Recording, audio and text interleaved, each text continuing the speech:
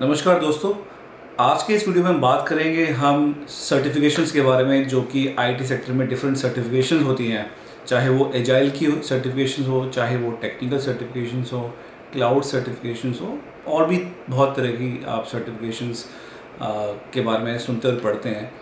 तो मैं in general agile certifications को फोकस में रखते हुए बात करूँगा।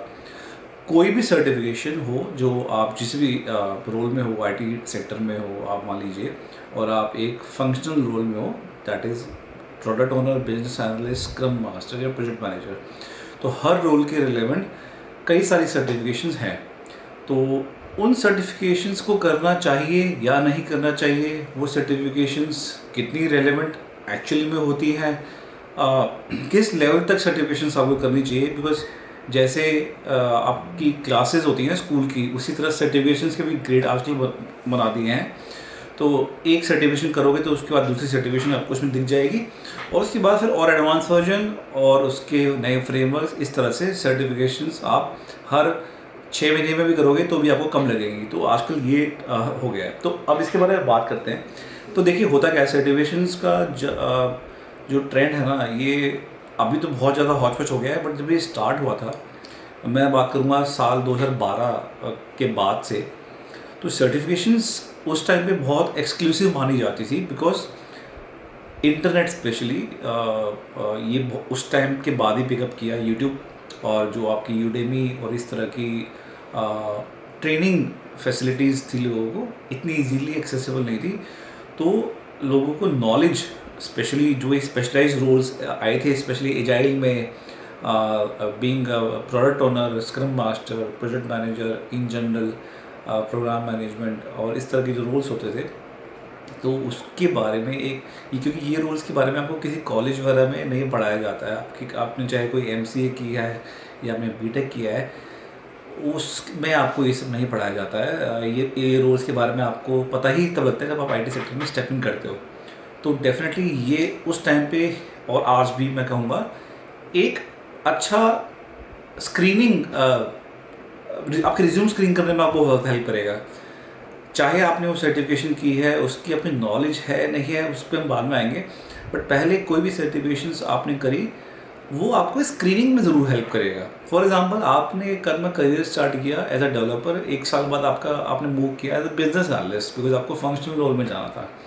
2-3 साल आपने as a business analyst, as a fresher BA की तरह ही आपने काम किया। आपने डॉक्यूमेंटेशन ये सब करना सीखा, एसआरएस बीआरएस बनाना सीखा, स्टेक होल्डर इंटरेक्शन करना सीखा, रिक्वायरमेंट्स कैसे गैदर करते हैं, वो सब टेक्निक्स आपने सीखी। बट अब आपको मूव करना है आगे। तो अब आपको मूव करना है, तो जो करंट स्टेट है उसमें तो बिजनेस एनालिस्ट के रोल्स इतने नहीं रह गए हैं, बिकॉज एवरीथिंग और most of the things have move to agile. और वाटरफॉल में कोर बिजनेस एनालिस्ट होते थे, कुछ सेक्टर्स में अभी भी हैं, but those are not very in that demand. तो अगर आपको मूव करना है इस रोल से, तो प्रोडक्ट ओनर एक बहुत रिलेवेंट रोल है। उसके लिए कोई भी दूसरी कंपनी जब आप जो सर्च कर रही है, एचआर रिक्रूटर सर्च कर रहे हैं, तो उसमें अगर आपने CSPO सर्टिफिकेशन किया है, जो CSPO एक आई थिंक प्रोडक्ट ओनर्स के लिए बेस्ट सर्टिफिकेशन है, सर्टिफाइड स्क्रम प्रोडक्ट ओनर, जो कि Scrum Alliance as an organization इसको कंडक्ट कराता है। वो सर्टिफिकेशंस आपने कर ली, तो उसके बाद एटलीस्ट आपके रिज्यूम में वो CSPO का जो एक टैग मिलेगा आपको, उससे आपको नेक्स्ट सेट ऑफ कॉल्स आने में हेल्प मिलेगी डेफिनेटली। बट वो फिर एक लिमिट तक, इसके बाद जब आप इंटरव्यू में बैठेंगे, तब आपको अगर उसकी इन डेप्थ नॉलेज नहीं है, इन डेप्थ नॉलेज के साथ साथ आप अगर कोरिलेट नहीं कर पा रहे हैं, आपने CSPO सर्टिफिकेशन की, आप तो PO रोल में भी गए नहीं हो, अगर आपको कोरिलेट करना नहीं आया, आपने जो पढ़ा और आपका जो लाइव एक्सपीरियंस है BA का, अगर आप उससे BA और PO रोल को आपने इंटर लिंक करके आप क्वेश्चंस के आंसर या रियल लाइफ जो सिनेरियो बेस्ड क्वेश्चंस पूछे जाएंगे इंटरव्यू में, अगर आप वो नहीं अडेप्ट कर पाएंगे, तो you will fail the interview, nobody will hire you, because it will be clear कि सर्टिफिकेशन सब नाम का सर्टिफिकेशन किया है। इनफैक्ट मैंने पर्सनली इतने लोगों का, hundreds of people I have interviewed up till last few years में, मैंने अप टू 100+ मैंने इंटरव्यूज़ लिए हैं, और कितने ही लोगों को मैंने सिर्फ इसी बेसिस पर रिजेक्ट किया है, despite having 5 to 6 certifications, different certifications. वो सर्टिफिकेशंस आप सुनोगे तो आपको लगेगा यार लिटरली बहुत resume is very attractive. Resume को तो मैंने शॉर्टलिस्ट किया, देखते हाँ यार इतने सारे सर्टिफिकेशंस हैं, तो एक बेस लाइन बनाई कि हाँ इतना तो इसको पता होगा। बट जब सवाल पे गए तो कुछ भी नहीं पता, सिर्फ certifications, because certification getting is quite easy. You have to spend 25 to 30,000 to 40,000 for basic certifications, जो कि existing organizations भी sponsor कर रहे हैं। बट अगर आप उसको लर्न नहीं करोगे, इसके अंदर लिखा क्या है, अगर आप उसको अडेप्ट नहीं कर पाओगे तो वो सर्टिफिकेशन सिर्फ एक पेपर है, उसका कोई फ़ायदा नहीं है। तो यहाँ तो ये लेसन है कि डेफिनेटली सर्टिफिकेशन को आप उस इंडस्ट्री में अगर आप एंटर करना है आपको, तो आप ज़रूर कीजिए, but with the understanding, not just for tagging. Tag के लिए करोगे यार आपको आपका सिर्फ पैसा ही जाएगा इसमें, और आपको कोई रोल उसमें नहीं मिलेगा क्योंकि आप इंटरव्यू क्लियर ही नहीं कर पाओगे अच्छी कंपनीज़ की। अगर आप वैसे ही जा रहे हो तो बात अलग है।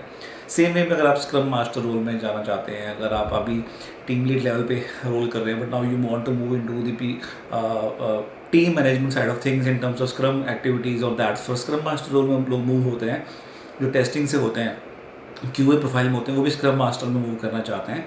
तो उसके लिए CSM एक सर्टिफिकेशन है, सर्टिफाइड स्क्रम मास्टर, जो भी स्क्रम अलायंस कराता है। अब ये सर्टिफिकेशन को भी करने के बाद आपको overall end to end scrum की नॉलेज नहीं है, एजाइल के वे ऑफ वर्किंग नहीं पता है, तो एक वो सिर्फ नाम रह जाता है, और वो सर्टिफिकेशन आपको कोई भी बेनिफिट नहीं देती है, सिवाय आपका इंटरव्यू के शायद शॉर्टलिस्ट हो जाएगा रिज्यूम ना, आपको कॉल आ जाएगी, बट आप वो चांस जो होता है वो कंपनी दोबारा कॉल नहीं करेगी आपको। तो सिर्फ नाम के लिए सर्टिफिकेशन ना करें। थर्ड सर्टिफिकेशन की मैं बात करता हूँ, जो कि है PMP या फिर सेफ एजाइलिस्ट, क्योंकि आजकल एजाइल का कल्चर ज़्यादा है, as in agile adopt mostly हर कंपनी में ही हो गया है। बट इसके बाद अब स्केल्ड एजाइल एक नया जो फ्रेमवर्क है वो इस्टेब्लिश्ड है फॉर द लार्ज ऑर्गेनाइजेशंस, जहाँ पे एप्लीकेशंस मल्टीपल एप्लीकेशंस हैं, नंबर ऑफ़ यूज़र्स, स्केलेबिलिटी काफ़ी ज़्यादा है। तो वो स्केल एजाइल एक फ्रेमवर्क है जिसमें लोग मोस्टली सेफ एजाइलिस्ट या सेफ स्क्रम मास्टर की सर्टिफिकेशन करते हैं, या कुछ लोग PMP भी करना चाहते हैं। तो सिमिलर वे में आपने PMP कर लिया, आपने सेफ एजाइलिस्ट की सर्टिफिकेशन कर लिया, और माइंड यू PMP और सेफ एजाइलिस्ट की सर्टिफिकेशंस एक्सपेंसिव सर्टिफिकेशंस हैं, 60 से 70 हज़ार रुपये मिनिमम लगते हैं इसके, और इसको क्लियर करने के लिए आपको टेस्ट भी देना पड़ता है। तो अनलाइक CSM CSP जिसमें आपको सब ट्रेनिंग अटेंड करके प्रोफेशनल डेवलपमेंट यूनिट्स मिल जाते हैं और आपको सर्टिफाइड किया जाता है, इसमें आपको लाइव टेस्ट भी देना पड़ता है आफ्टर कंप्लीटिंग योर कोर्स, जो क्लासरूम होता है या ऑनलाइन जैसे भी मोड में आपको मिलता है।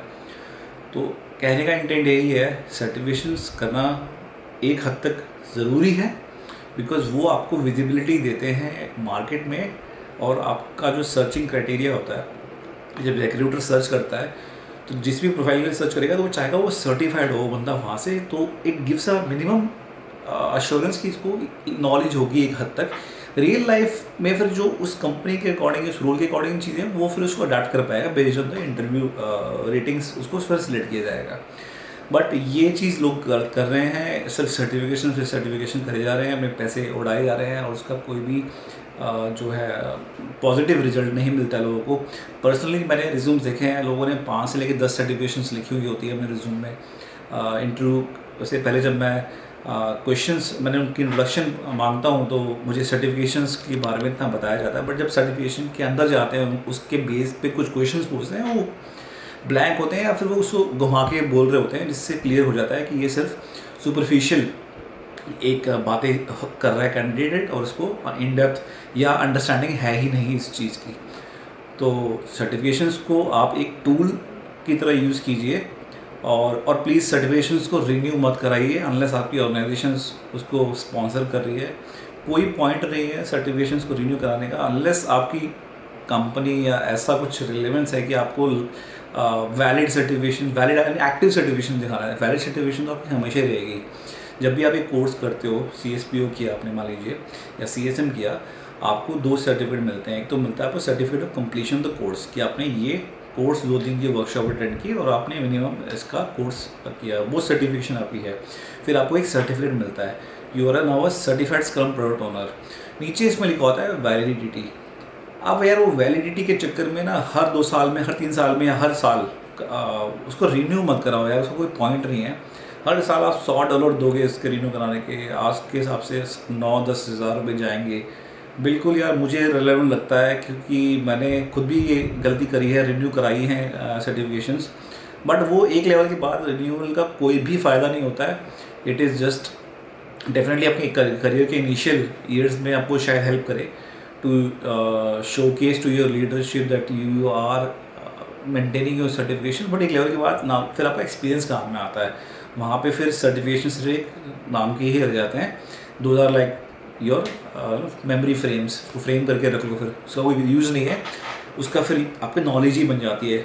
एक स्टेज के बाद ये सब नाम की चीज़ें रह जाती है। तभी मैंने नोटिस किया है और ये मैंने खुद भी एक्सपीरियंस किया है, जब मैंने इनिशियल अपना करियर में जब सर्टिफिकेशंस किए, मुझे बड़ा फ्लॉन्ट करने का मन करता था। मैं फ्लॉन्ट करता था, अपने ईमेल सिग्नेचर्स पे लिखता था उसको, अपनी सीट्स पे मैं सर्टिफिकेशंस प्रिंट करके लगाता था।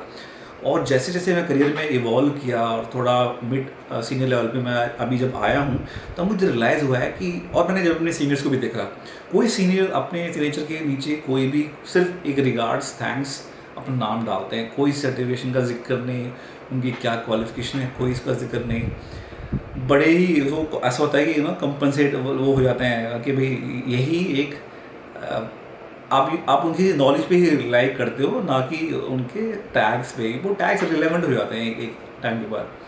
तो यही इंटेंट था इस वीडियो का। तो सर्टिफिकेशंस आप करें, करियर के इनिशियल स्टेज में करें या करियर के मिड स्टेज में करें, जब आप किसी रोल में स्विच करना चाहते हैं, उसकी थॉरो नॉलेज लीजिए।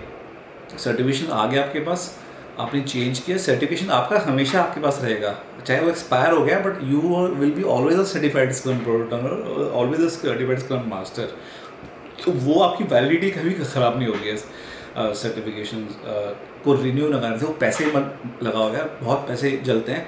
सेफ की स्केल ले जाएगी, सर्टिफिकेशंस को रिन्यू करने का ही खर्चा 40,000 रुपये है, और नया करने का तो 60-70 हज़ार, शायद 1 लाख तक पहुँच गया रेट आजकल। तो बहुत एक्सपेंसिव है।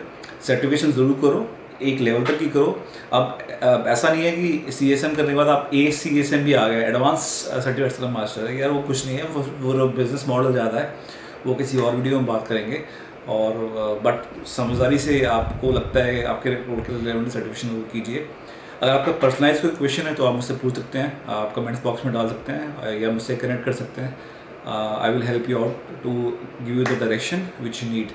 So thanks a lot for watching this video, or subscribe to the channel, like the video. Thank you.